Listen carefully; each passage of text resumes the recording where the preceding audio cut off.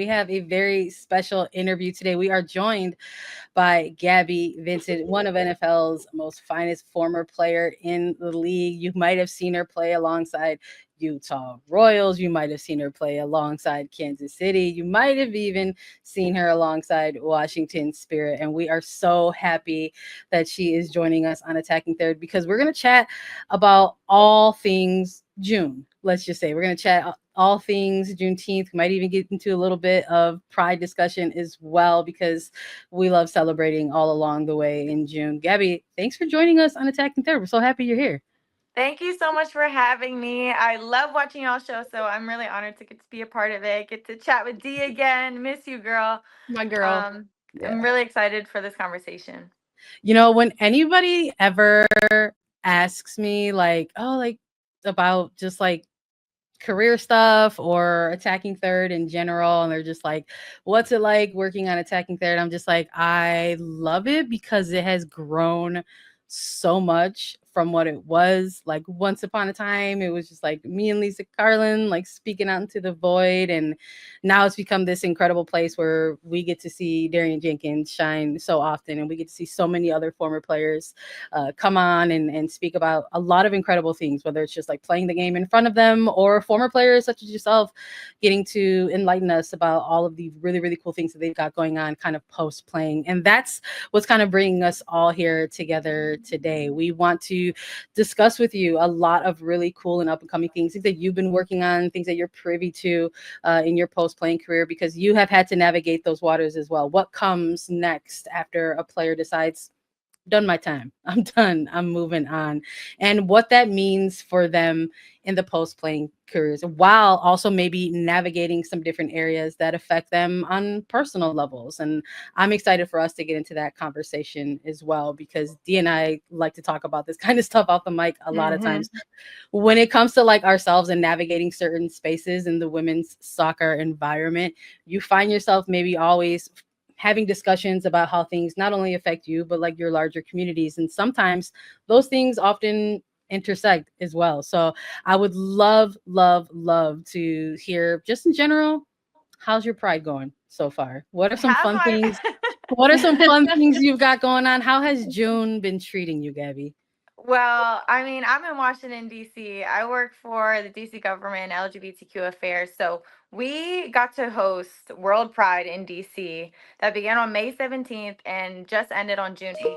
So we had visitors from around the globe, around the country, come together, celebrate Pride. We had Trans Pride, API Pride, Black Pride, Latinx Pride, 8 different diversity of prides. On top of the marquee events like the concerts, Doechii was here, Cynthia Erivo was here. It was incredible. I worked so hard. I've played competitively for a long time, but I don't think I worked as hard as I did during World Pride. But I feel like soccer prepped me to, grind, get in that mode. It was like preseason, and then it was, the championship. And I feel like we won. I feel like it was a huge success, especially right now. It's a really difficult time for a lot of queer people in our country, in the world. And so to get to come to the nation's capital together with all people from across the world, celebrating Pride, laying the groundwork for advocacy. We had a human rights conference. It refilled my cup. I think we've all been going through different emotions recently, just with different things happening. But I think for me, World Pride, having everyone come to DC, the city that I've fallen so much in love with, was really special, once in a lifetime. And my cup is full. I had to rest and recover for a week, but now I'm getting back to the full swing of things. So my Pride, I would say, has been 10 out of 10 so far. Love it. I love to hear that. I love to hear that, Gavin. Doechii? Doechii was here. Yeah, I'm a big Doechii fan. Yeah, I love that. That is so cool. But Gab, just hearing you talk about all of these incredible things that you're doing off the pitch, giving back to a wide variety of what Sandra said, intersectional communities. To me, it makes so much sense just knowing you from when we played together in Kansas City. You've been such a good friend even since then. But was that something when you were playing that you knew you wanted to transition into and advocate for when you retired and stepped away from the game? I love this question because honestly, I didn't. I didn't know. My dad growing up, he was a social worker. So we've always been like in the community, like we are going to help people if we have the ability to help people. So it was just natural to me, but I didn't think of it as like in terms of a career. But it's funny because Lola Bonta, I remember she pushed me to be the player rep Yep. for the Players Association, and I had never really like stepped up in a leadership role in the league yet. So I was like a little nervous about it, but she was like, "You can do it. You care about the people. Like, just we need a young representative on this. Do it." And that kind of sparked for me, like, wow, like maybe I could be good at this. Maybe this is my passion. Maybe this is something I would like to continue after my career. And then when I came to the Spirit, I was the player rep for the Black Women's Player Collective. So then I made those connections there. And then I realized, okay, this is really my niche. And I had so many amazing teammates that I just like really envied, like UD, of course, when we were always doing community work when we were teammates. Ziara King like was huge and just always like sticking up for what's right, no matter the cost or no matter like what type of attention it would bring to you. And just that really showed me how to use my platform. And it also showed me to myself that I actually genuinely care about this work and I want to keep doing this work. So when it came time for me to, okay, I think I'm done playing. What's next? Now I got to get a job. I got to find a place to live. And I had made connections with the mayor's office already. Being an out queer person, I was always doing pride activations when I was with the Spirit. So I already had that relationship with the mayor's office of LGBTQ affairs, and then this position opened up. And I'm grateful that I have it. And so yeah, it wasn't always clear to me, but I think once I got that initial push and people saw it in me, I was like, I got to go for this. This is what I wake up in the morning and actually care about and want to do work in. So I'm grateful that I have a position where I get to do that as my full-time job. Gabby, I gotta say, it's so refreshing to hear you just be like, I wasn't really too sure. It wasn't something that like you thought this was the lane that you were gonna kind of steer into, kind of post playing, but also kind of like while you were playing. Like some of that stuff developed while you were repping a kid or a crest.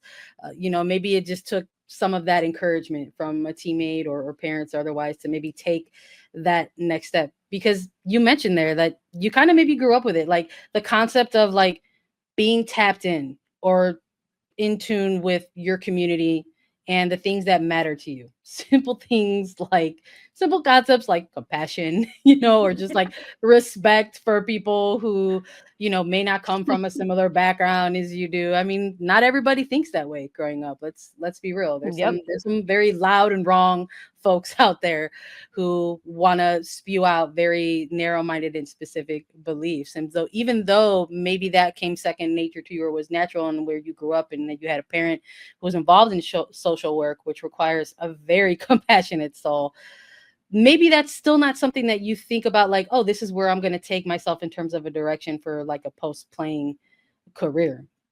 So you have those people for you to kind of maybe give you that little nudge of encouragement. Do you find yourself now in your post-playing career kind of where the roles are reversed, where folks are maybe looking to you as that visible representation or that person to maybe try to encourage them into different avenues that maybe they have a little bit of fear about going into? 100%. And I think that was a learning period for me too. Is like, okay, I'm not the one who's like needing connections and needing help and needing guidance. Maybe now I have some knowledge that I can share with other people. And that's why I'm really grateful to work with the BWPC and to work with, I would do some stuff with DC Scores and I do stuff with Athlete Ally. And I realized I have navigated this very difficult thing of, playing professional soccer, and then that immediately stops. Trying to navigate, what do I do now? How do I build a career? What do I actually want to do?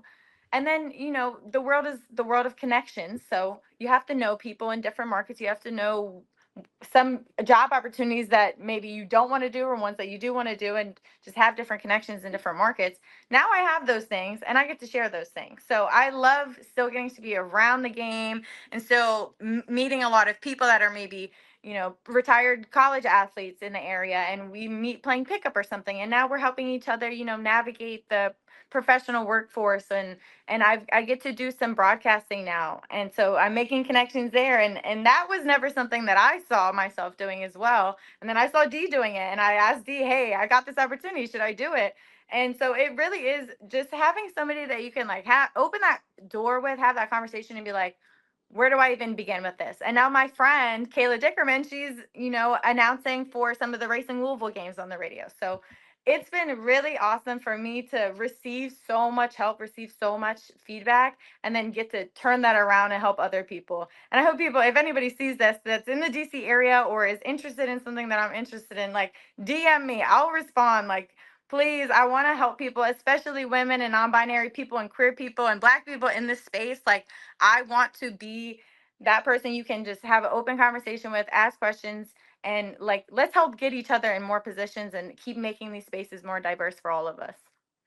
Yeah, preaching to the damn choir. Yes. Why do I want to flip my laptop over as I'm just listening to you pop up? I absolutely love this because I think, this media world, like similar to you, I never thought I would be doing something like this. And Sandra as well, that we have such a diverse group now talking about how football has brought us to where we are. And we've all dealt with so much, and especially during Pride Month, Juneteenth is coming up. Having this platform, looking how we look, talking how we talk, and literally setting culture, I think is so important.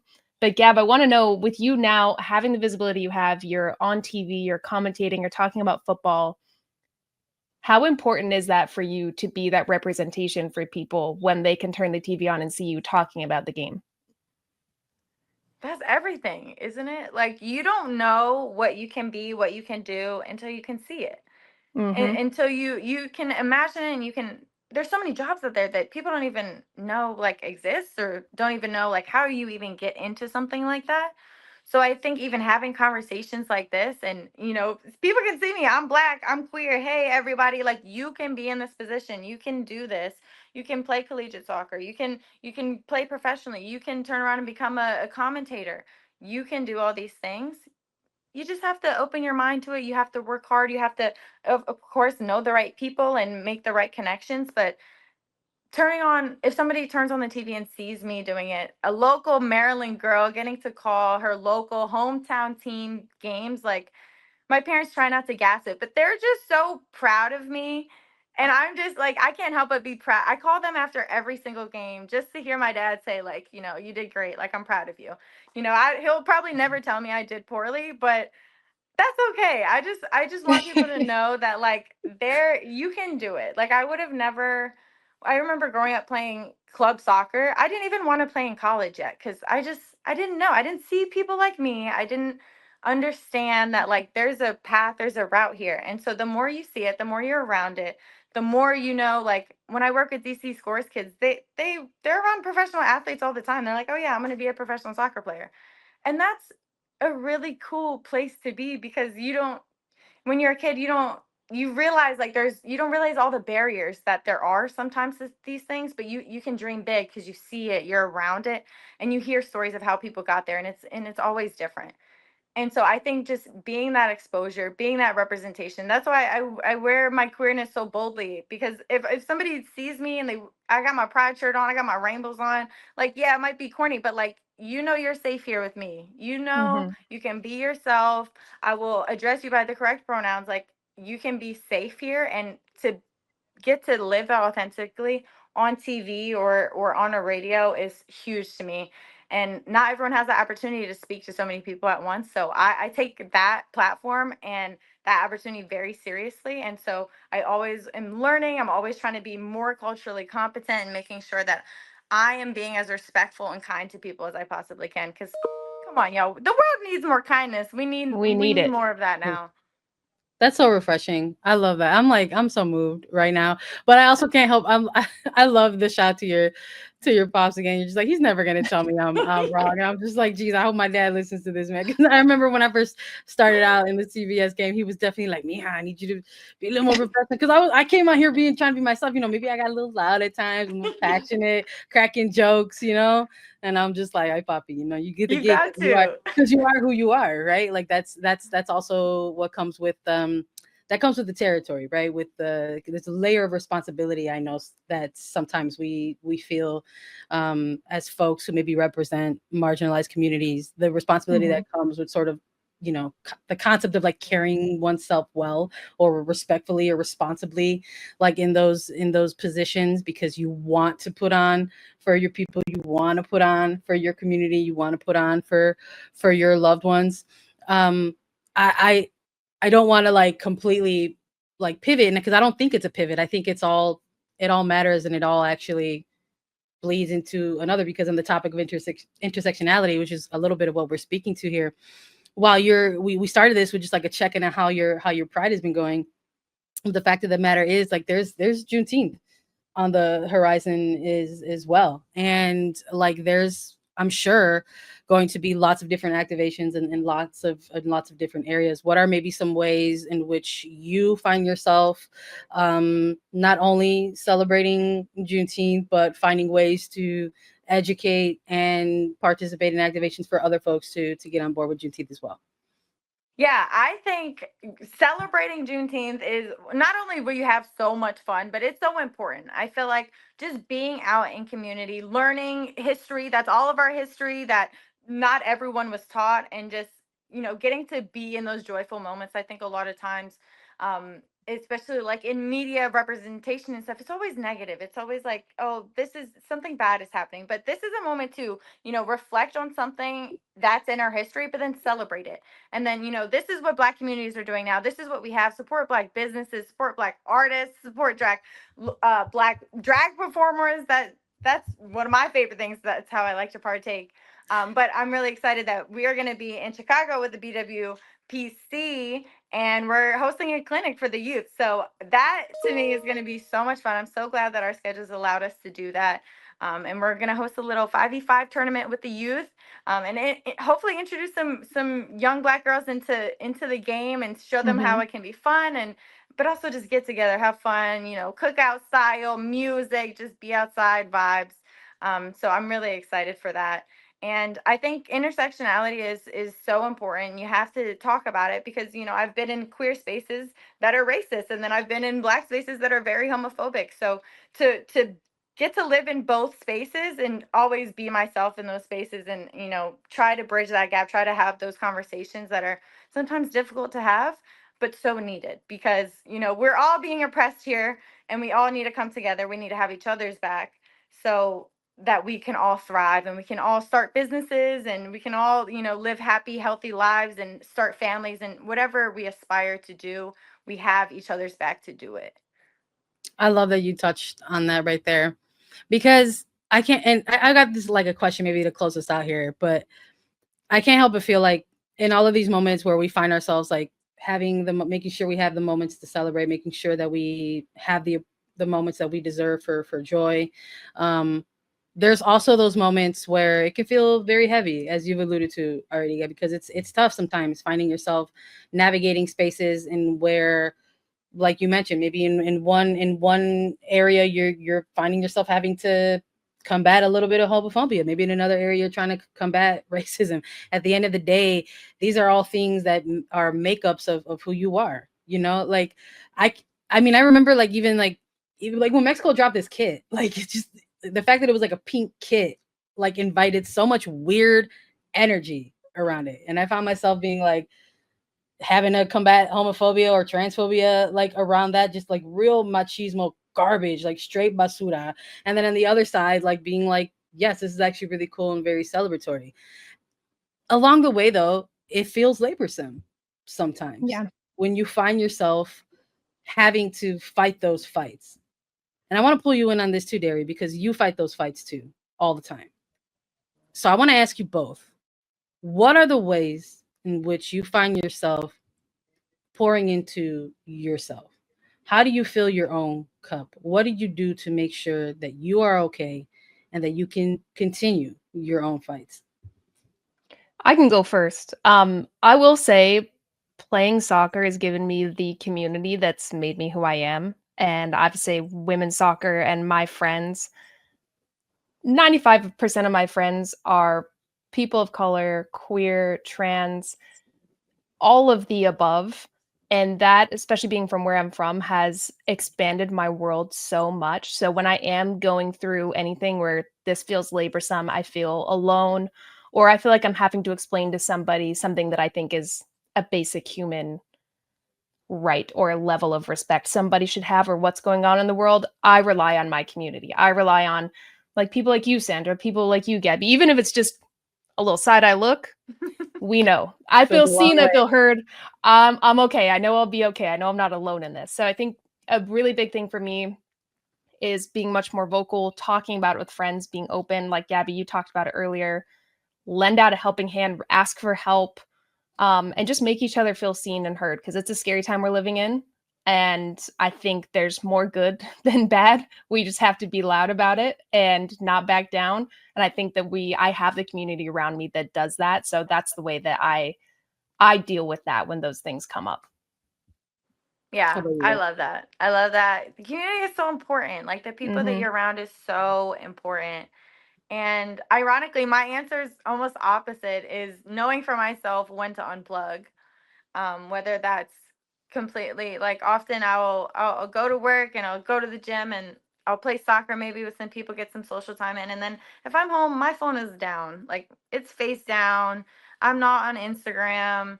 I'm not watching the news for a while. Like I just want to, what am I watching? I'm watching Love Island, something just like just a little bit careless. I'm with my partner, I'm with my cat, and just completely unplugging. I'll go home, see my parents, and we'll just be playing soccer, tennis, or cornhole, or just something to get my mind off always living in advocacy mode, even though we do need people often in advocacy mode. But I think you need to rest as well. You need to pick time to rest so that you have the energy and you have the capability to show up compassionate, show up authentically when you're called upon, and also not spreading myself too thin. I think that's something that's hard for me too, is like there's so many things that I care about and there's so many things that I want to be involved in, but if I say yes to too many things, I'm only giving like a little part of myself to each thing, when it's like I could be more intentional and I can use the things that I'm good at, the things that I'm passionate about. I can fully invest into those rather than trying to do everything all at once. Like that's where the community comes in. Like you're good at this, this is how you're going to tackle this issue. I'm good at this is how I'm going to tackle this issue, and just working together in that. I love that so much. I love both those answers. And I think ultimately, like, maybe it's about the balance of the two of them, right? Like to Darian's point, like if you find yourself making those connections in certain areas that are representative of your personal identities and communities, nurture those relationships and make sure they're ones that are there for you moving forward. But also in those moments where maybe you do feel tired or exhausted, make sure you don't unplug to take care of yourself. You have to maybe reboot every once in a while, or even Sandra, is it like that for you? Yeah, 100%. I say it is about, I really do think it is about that balance. There's nothing I love more, Darian, than like a real just kind of quick look at you. Yep. Sometimes it warms my heart. Like I can't, and it doesn't need to be explained. That's just like one of my favorite things. And at the same time, yeah, man, I really need to just put my phone down and play some Hello Kitty Adventure Island while my wife is just like in the next room. Like sometimes that's just like just what it's about. Like you need to be like, oh, this phone is like really loud right now. Goodbye. Yeah. Like it takes all of it. And I think to both your points, and for anyone who's listening, all the little mijos and mijas and mijes, like that's what it's about. It's like making sure that you find that balance, because you got to take care of yourself if your intent is to make sure that you are taking care of others. So you have to make sure that you take care of yourself as well. I just want to make sure that before we close out, if either of you have any final thoughts, to give you the opportunity to do that. Gabby, if you want to plug any work that you're doing right now. Darian, if it's just happy Juneteenth, right on. But go ahead and hit us with any final thoughts you may have. I'll just say happy Juneteenth. Gabby and I and Kayla Mills will be in Chicago doing a mini pitch with a community of young girls. So support the Black Women's Players Collective, support us on Juneteenth. We're doing really amazing work. And Gabby's doing 20 more things on top of that. So Gab, plug and play. What you got going on? Thanks. Yeah, I just want to say thank you for this platform, for this conversation. It's really warmed my heart, and to know, like, I'm doing the side eye from DC too. Like, I'm with y'all. I see y'all, and I feel so seen by y'all. And I just want to, I want to take this opportunity to say trans people deserve to play sports, deserve to be included in sports, deserve to be included in all things. I think right now they're getting scapegoated and a lot of attention is getting put on trans people. But as a queer woman in sports, I want trans people included in sports. I want trans women in sports. And I want them to feel safe and feel included, especially Black trans women. You're safe here. You're safe with me. And I want soccer to keep growing, to keep being that safe space for everyone. 100%. Trans kids are kids. And we got to make sure that kids are protected. So for 100%, I'm so thankful to you, Gaby, for being on the show with us. We appreciate you even spending as much time as you did today. This was a wrap for Attacking Third. I don't think you could say anything else better than that's already been said. Hopefully we get to see you a little bit more in the future, Gaby. Maybe we'll have a check-in on how all of the remainder of the summer went. We got to hear about how the mini pitches went. I'm so excited that they're coming to Chicago. I'm thrilled for that. So let's check in with each other again to see how the event went.